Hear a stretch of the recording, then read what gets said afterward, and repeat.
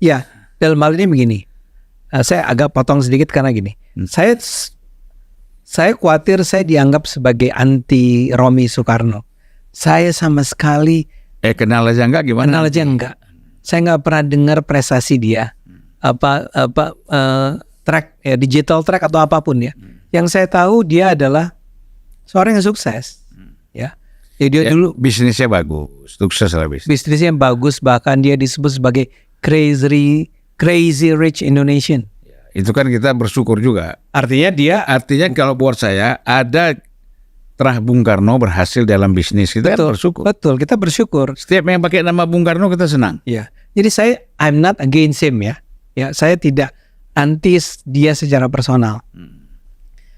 Tapi seperti Anda katakan tadi, sebetulnya cara dia memenangkan kursi parlemen kali ini itu justru merusak.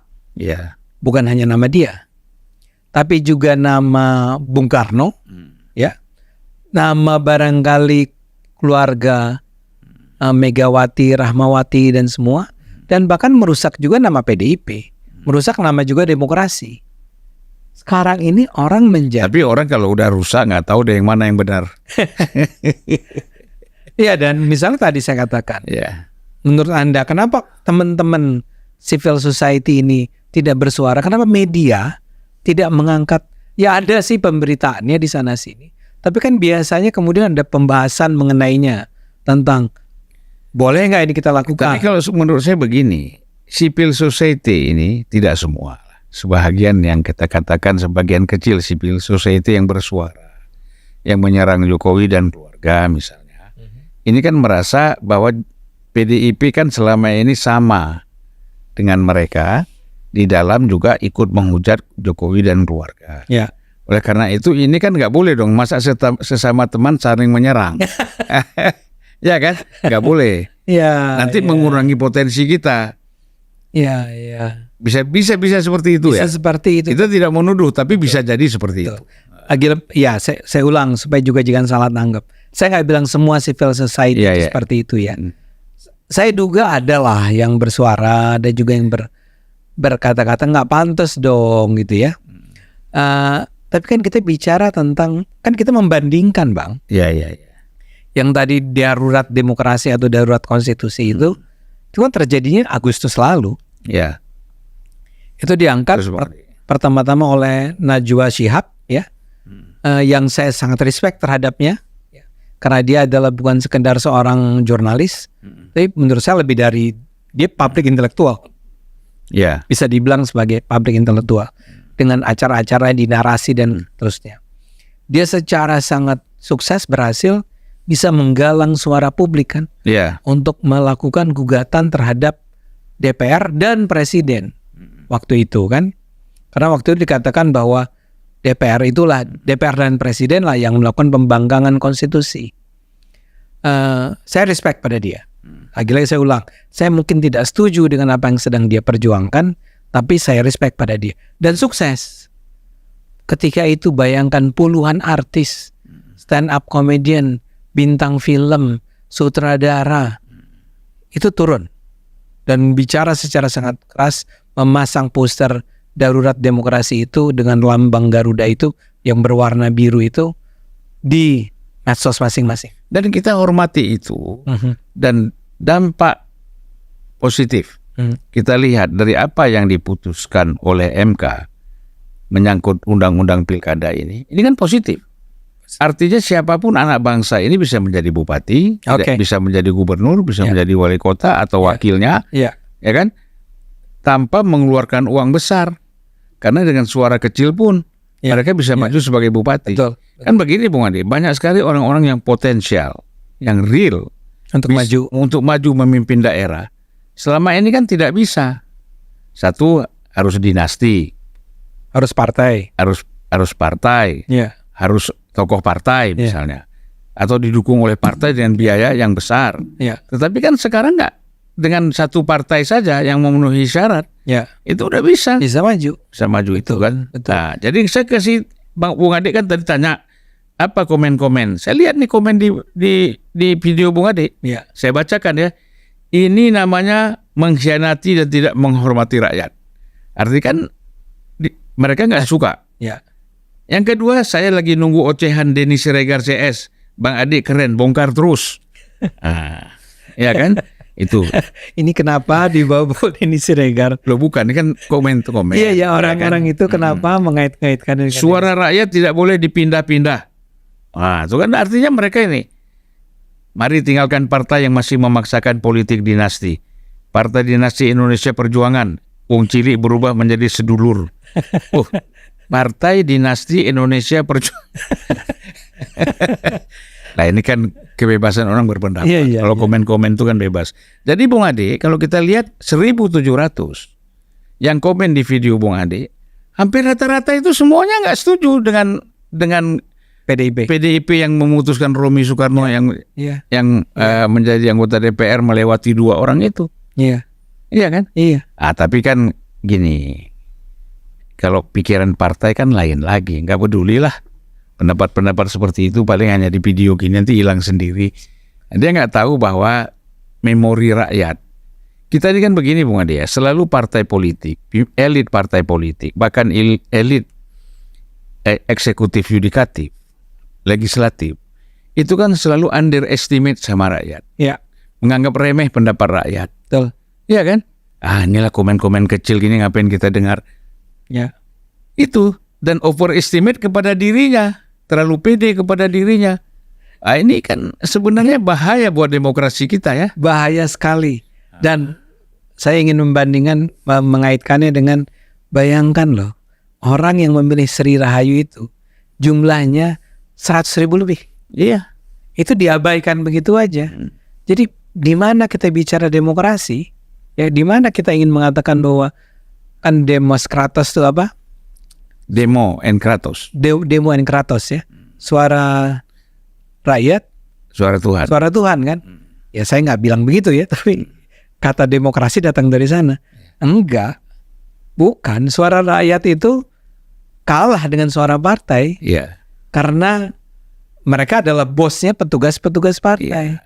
Ini menyedihkan Bang. Artinya kalau kita lihat begini, semakin jauhlah negara kita ini dalam konteks partai politik ya, bukan dalam konteks pemerintahan, dalam konteks partai politik semakin jauh dari demokrasi.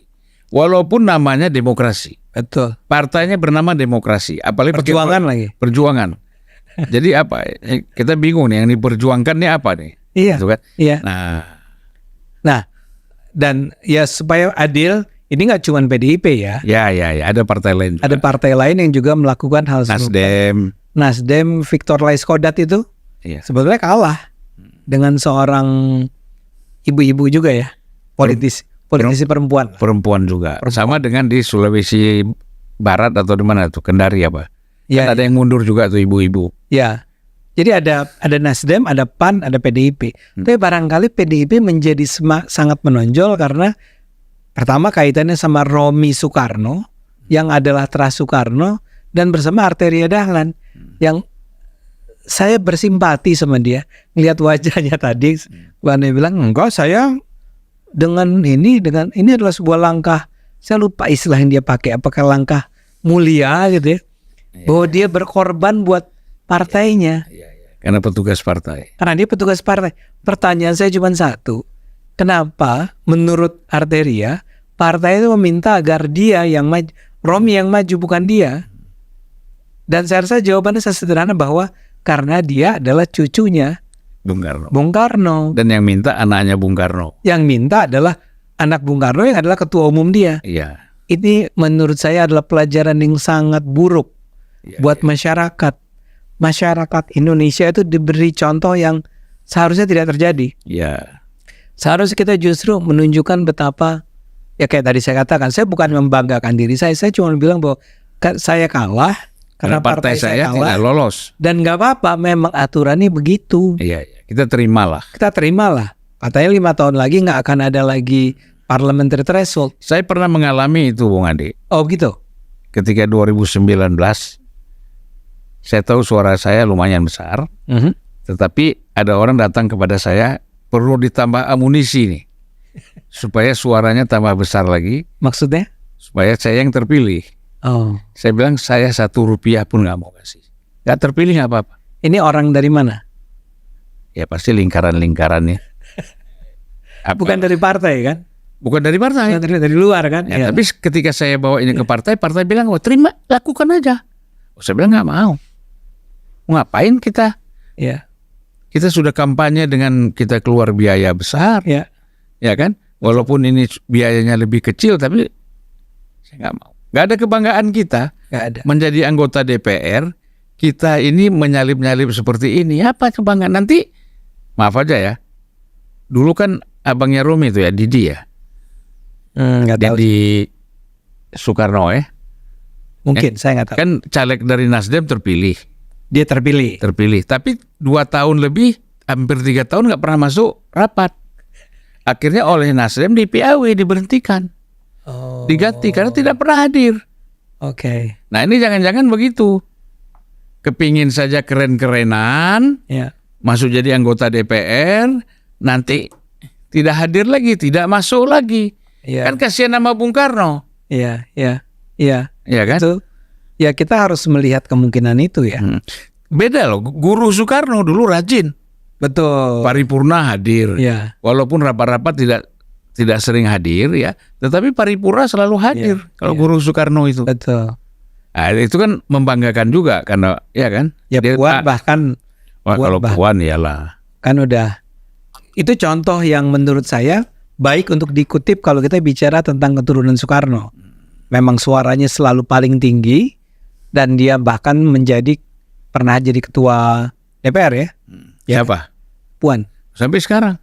Sudah 2 kan yang kedua. Betul. Jadi kita tidak anti keturunan Soekarno. Oh enggak loh. Saya tidak anti keturunan Soekarno dan keturunan dengan Soekarno. Proses dan cara yang benar. Dengan proses dan cara yang benar. Dia Puan itu 2014 suara tertinggi di seluruh Indonesia. Betul. Bahkan bisa mengangkat 2-3 calon lain untuk menjadi anggota DPR. Iya, betul. Nah, kemarin karena ada perbedaan dengan Pak Jokowi, akhirnya suaranya turun. Mungkin hampir 40%. Tapi tetap kita bicara tentang ratus ribu. Oh ya. Di atas 200.000 suara. Betul. Jadi sebetulnya ya kembali ke pertanyaan kita tadi, kenapa orang tidak memandang Romi seperti Puan ya gitu ya?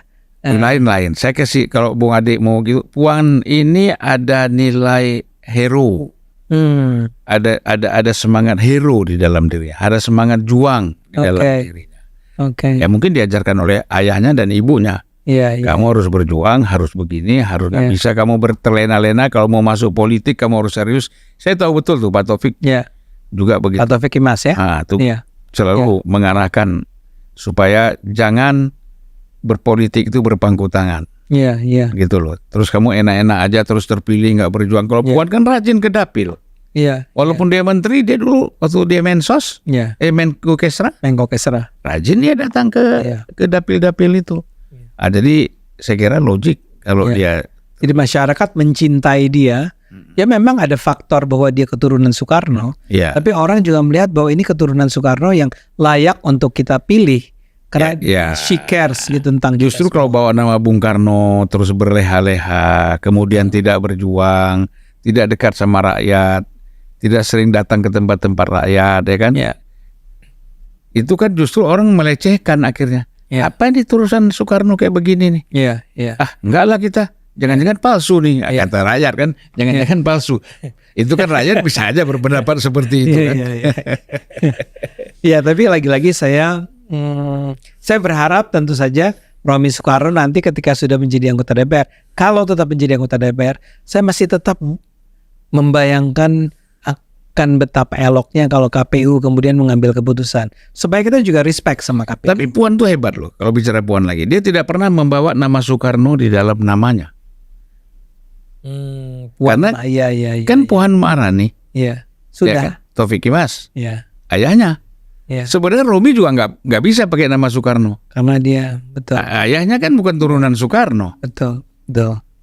Iya kan? Dia anaknya Bu Rahmawati. Nah itu apa? Bedanya di situ. Cuman orang tahu bahwa dia adalah siapa cucu ya? Cucu Soekarno. Dulu kan Puan dipersoalkan bahwa ini Puan tidak termasuk terah Soekarno. Karena ayahnya kan. Oke. Terutama anak-anaknya Ibu Mega juga nggak pantas pakai Soekarno. Iya. Ayahnya bukan, kan ibunya yang turun Soekarno. Ya makanya Puan tidak. Ya kalau Puan aja nggak pakai, yang lain pakai. Oh, yang lain pakai ya? Pakai. Ya. Ya, jadi yang menurut saya dia udah paham juga itu etika-etika di dalam berkeluarga, menggunakan nama-nama ini. Jadi memang beda Bung Ade ya. Mungkin Bung Ade kita udah hampir 1 jam, ada closing statement dari Bung Ade. Ya, saya berharap betul-betul, lagi-lagi saya ulang ya, buat saya urusannya bukan soal Romy Soekarno atau bukan Romy Soekarno ya. Yang buat saya terpenting adalah bahwa proses politik kita harus berjalan secara akuntabel. Ya kalau prosesnya aman kan sesuai kan kita kita jangan hianati, dan buat teman-teman ya tolonglah kritis dong ya. Jangan kalau ininya Pak Jokowi itu dihajar habis sampai betul-betul apapun dilakukan gitu ya.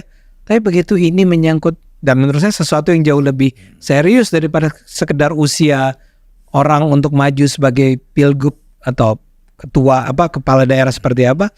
Buat saya nggak terlalu penting-penting amat itu. Jadi kan kalau kata orang Aceh, jarum jatuh di rumah Pak Jokowi kedengaran kemana-mana, ya kan? Tapi boom jatuh di PDIP, orang pura-pura nggak dengar. Ada apa ya? Ada apa? Ya udah, gitu. Oke, terima kasih Bung Ade. Terima kasih.